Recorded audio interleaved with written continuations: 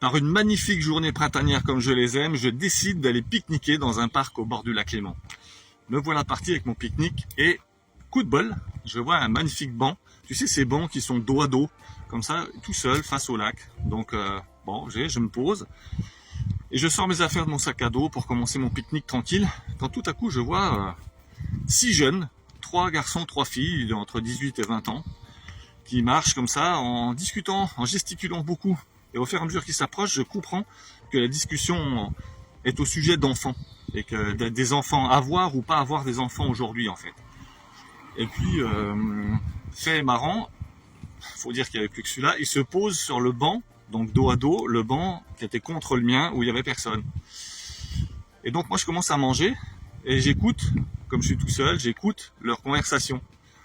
Et en fait chacun y va de son argument, et c'est assez marrant parce que ça fait un clivage entre les femmes et les garçons. Les femmes sont plutôt contre avoir des enfants maintenant, et les garçons s'en foutent un peu et sont plutôt pour. Alors les femmes argumentent, les nanas elles argumentent. Et voilà les filles qui vont chacune de leurs arguments. Alors il y en a une qui dit, tu vois, moi aujourd'hui je trouve que c'est irresponsable d'avoir des enfants, on ne sait pas à quoi s'en tenir, c'est un monde d'insécurité, tout fout le camp, il n'y a plus de valeur, il n'y a plus rien. Alors l'autre de surenchérir, ah oui t'as raison, moi je mets pas au monde un enfant. Dans ces conditions-là, on ne sait pas ce qui va se passer, ça me fait trop peur, qu'est-ce qui va devenir, etc., etc.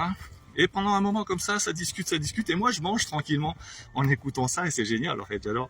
Et je les écoute très attentivement. Et les arguments sont un peu toujours les mêmes, c'est l'insécurité, c'est le fait qu'on ne sait jamais à quoi s'en tenir, ni ce que ça va donner, etc., etc. Donc les gars ils sont là, oui, mais quand même, l'amour, machin, et puis c'est quand même la concrétisation de l'union, et puis s'il n'y a plus d'enfants, il n'y aura plus de suite, etc.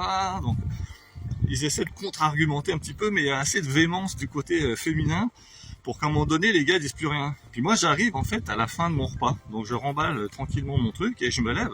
Et puis je me retourne, puis je les regarde, puis je fais excusez-moi de vous déranger. Donc ils se retournent les six sidérés. Et je leur dis je suis désolé, mais malgré moi j'ai entendu votre conversation parce que on était dos à dos sur quasiment le même banc. Et puis j'ai été assez attentif. Et je dis hormis le fait que l'insécurité c'est un sentiment, c'est quelque chose d'intérieur, ça n'existe pas. C'est toi qui le crée et il n'y a pas de sécurité ou d'insécurité, c'est juste un ressenti qui est lié à rien d'autre que ce ressenti. On peut se sentir en sécurité ou en insécurité, qu'on soit riche ou pauvre, qu'on soit dans un endroit qui craigne ou pas. C'est quelque chose de très personnel qui est dépendant de son état d'être, du moment, du contexte dans lequel on est, etc.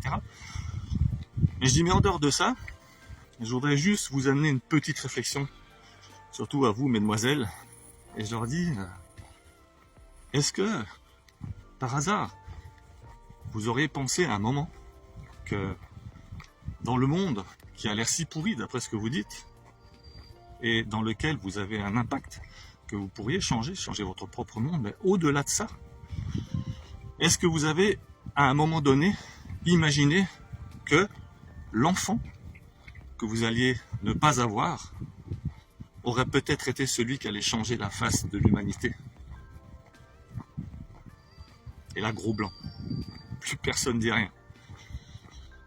Et puis les nanas, elles me regardent et elles font quasiment en même temps, elles font « J'avais jamais vu ça sous cet angle-là. » Je dis maintenant tu l'as.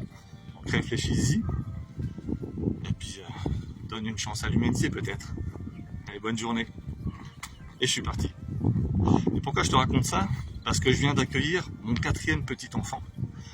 J'ai la chance d'avoir 4 enfants et 4 petits-enfants, 2 petites filles et 2 petits garçons. Et j'ai un petit garçon qui est né il y a une dizaine de jours, 10-15 jours maintenant. Et du coup, ça m'a fait penser à cette histoire, parce que beaucoup de gens se posent des questions. Est-il raisonnable d'avoir un enfant aujourd'hui dans le contexte dans lequel on est?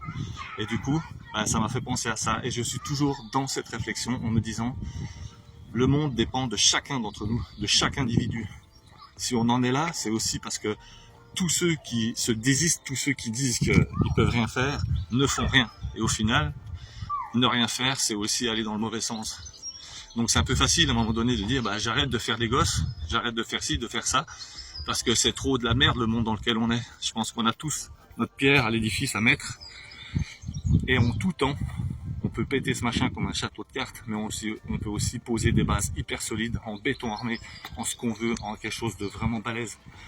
Et justement, je vais finir par une petite diatribe de l'ami Clint Eastwood qui a dit quelque chose qui a beaucoup résonné en moi parce que je le pense aussi. Et une fois une journaliste l'interviewait, elle a dit ah, vous pensez pas, monsieur Eastwood, que c'est quand même incroyable, on devrait laisser quand même un meilleur monde à nos enfants. Puis lui il a réfléchi un petit moment, il a regardé puis il a fait et aussi au lieu de ça, on laissait de meilleurs enfants à notre planète. Bam, le coup de massue dans la tronche. Et ça m'a vraiment plu. Alors dis-moi ce que t'en penses, si tu connaissais ça, si ça te parle. Est-ce que toi tu penses que c'est une hérésie de refaire des enfants aujourd'hui ou pas? Ou est-ce que tu penses comme moi que ça peut changer la face du monde et puis c'est ça aussi la vie, etc. Je te remercie de liker, de partager, de commenter et de t'abonner pour ne rien louper. À bientôt pour de nouvelles aventures. Merci du fond du cœur.